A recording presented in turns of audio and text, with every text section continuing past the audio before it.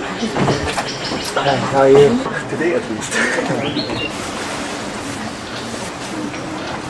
You from ordained in Australia? No, I ordained in Abhijato. Why? I've got problems with my knees. How many pansa? Two. 2 pansa. But only as a man. As Samane. Couldn't take a full ordination in Abhijato. Because my knees make me too much trouble. So that's why I went to Australia. I see. You still a Samane or Yeah. you still Samane? And you go back to Australia to fix your No. Your knee? It came up. It might be sometimes better to stay with a teacher who really knows the way out. So not only to stay, not only the places, but that is important. It turned out for me to came up in my mind. Might be better to stay with somebody who really knows the way out of prison, instead only to try it for yourself. And even the environment might be good and might be a peaceful place, but I guess you need somebody who really can guide you through and also can have a look for your own shortcuts. You always the mind tends to take them. That's why I was the reason to come back to Thailand. I see. And you come back to Wat Yannasangwararam? No, I given out to Ajahn. Bunyavat might be the climate is very very strong, so and I have been in Bunyavat was always a little bit very often tired and low energy. Is there any other Westerners at Wat Yannasangwararam? Or you'll be the first Westerner there? Yeah, I never been there, so Is there any other foreigner? I don't know. You don't know? I know with some lay people. And you want to stay there for a while? I hope. I hope that my knees don't make trouble and the mind too. So nothing. Did you have big. permission from Ajahn already? Yes. He already gave you permission? Yeah. Okay, good. That's cool. So possibly to come. Some things came up in Australia and it might be not really the right teacher at the time. So it's better to have It doesn't matter where you are. It's what you do is more important. Yeah. So wherever you are, try to do as much practice as possible. Try to develop mindfulness all the time. And sit in meditation as much as possible. Calm your mind first. Don't worry about wisdom yet. First calm your mind.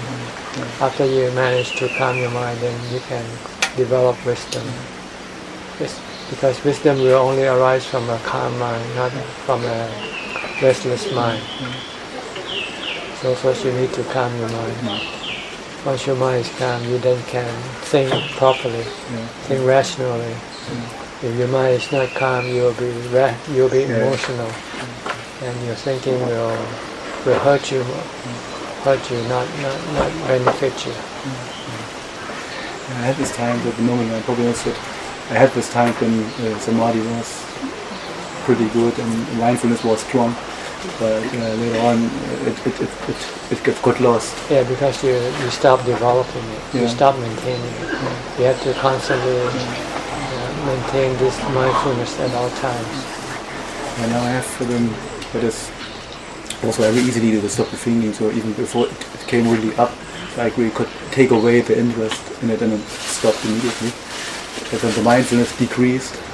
This came habitual, a little bit like automatic, but the mind started to suppress with different qualities, so sometimes stronger, sometimes less, not always in the same volume.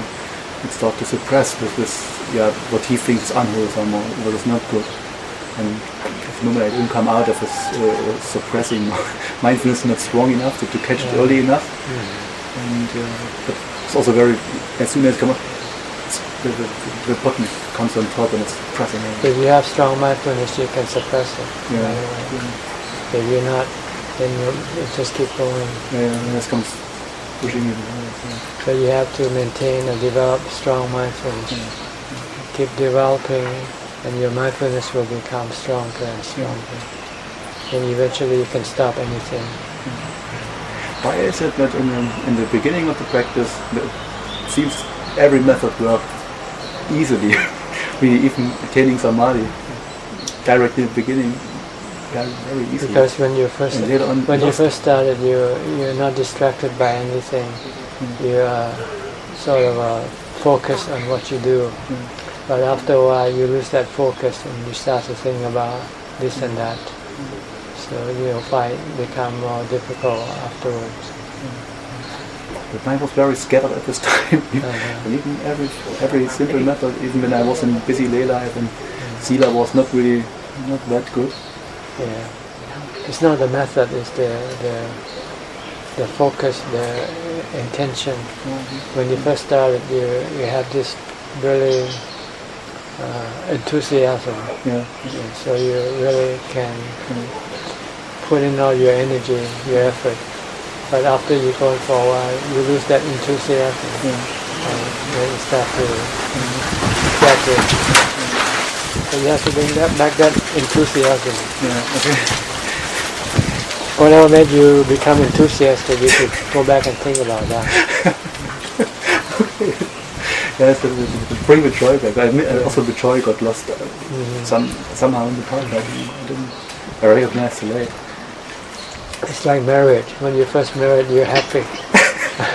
But after a while, you become...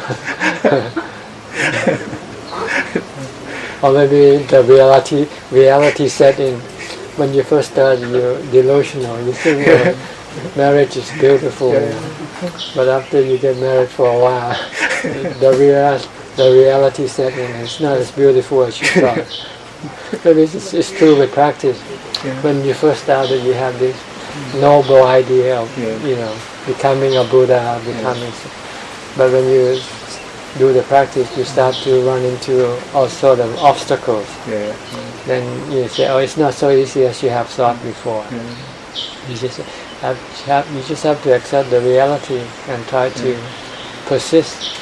Just keep pushing. Just doing your basic, like learning the alphabet. Just keep learning the alphabet first. Don't skip. Right now you have to maintain mindfulness. Try to do that, and then eventually it will lead you to samadhi, and then from samadhi it will lead you to wisdom. Eventually, just have to do the basic. Do the steps. I was always craving to get back with this peaceful state. So craving is not good. It's difficult, but it's difficult to stop. Just know you have to get back, but don't crave for it. And just know how to get back, and just do it. Can I ask how important is metta in order to get samadhi?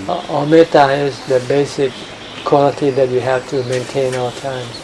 You should be friendly, kind, toward all living beings. This is the basic ingredients of your mind. This is something that you should always have in your mind. Remind yourself that I have to be kind, be friendly. Even if I'm in a bad mood or anything, I have to be kind and be friendly. Try to force a smile out if you don't feel like smiling, because if you don't have metta, then your mind becomes cruel, hateful, and you'll find it difficult to calm your mind. So basically, everybody who walks this path must always maintain this metta quality by trying to reflect that we are all human beings. We are all subjected to aging, sickness, and death. So it's enough suffering enough already in each one of us. There's no point for us to put more suffering upon each other. So it's better to forgive. You have to think like that. Then your mind will be peaceful and calm, and able to maintain mindfulness that way. That's the first quality, actually. I think it's the first parami, the first perfection. First you need to have metta. Then if you have metta, then you can do charity. If you're kind and friendly, then you will be happy to give. Once you can give, then you can maintain the precepts. Yeah. If you can maintain the precepts, then you can maintain the higher precept, the 8th precept. And you can maintain the 8th precept, you can meditate. And when you can meditate, then you can develop panya, wisdom. So they come in step. Okay? So, nothing more to say? Sometimes you have to, some things you have to try out for a few hours. Yeah. Okay. It's really good to... Just take it day by day. Yeah. Try to overcome each difficulty, each obstacle day by day. I was always trying with stupid things sometimes to solve the problem, too much wisdom, too much... Yeah. Don't go too far ahead, The future is still far away. Just do what you have to do today. Yeah, I stopped also reading all the books, so I gave it up. No, books is good only in the beginning when you don't know what to do. But once you know what to do, then you can lay down the book and do what you have to do. So is it better to really stick with one Kammatthana, or do you think it's better to develop them? Well, basically, we have to develop the 4 protection Kammatthana. Metta is one of them. The death, the contemplation of death, the contemplating on the Buddha, and contemplation on the Asupa. These are the 4 Kammatthana that you should be fluent with. You should have in your grasp, so that you can use it when you're in trouble. When you're mad, you use metta. When you lost faith, you think of the Buddha. Okay. When you have this sexual desire, then you should use the Sutta. Metta, Sutta. And when you forget, you become reckless, think of death. So cool you down. Yeah, death is very, very good to hear. Most of the time very well. So. So this is the 4 basic Kammatthana. You should develop it as part of your practice.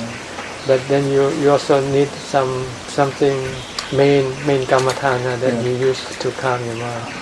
If you like Bhutto, you use Bhutto. If you like Anapanasati, if you like to concentration on focusing on your body activity, you do that as the main Kammatthana. But you use the other Kammatthana to fix problems. When you have problems, when you're angry at people, use metta. When you lost faith, you don't have the desire to practice, think of the Buddha. When you have sexual desire, think of Asupa.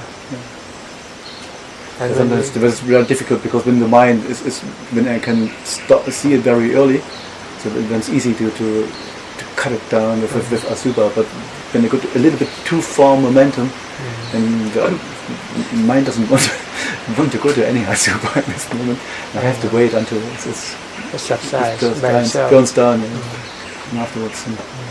It's only when I can really catch it.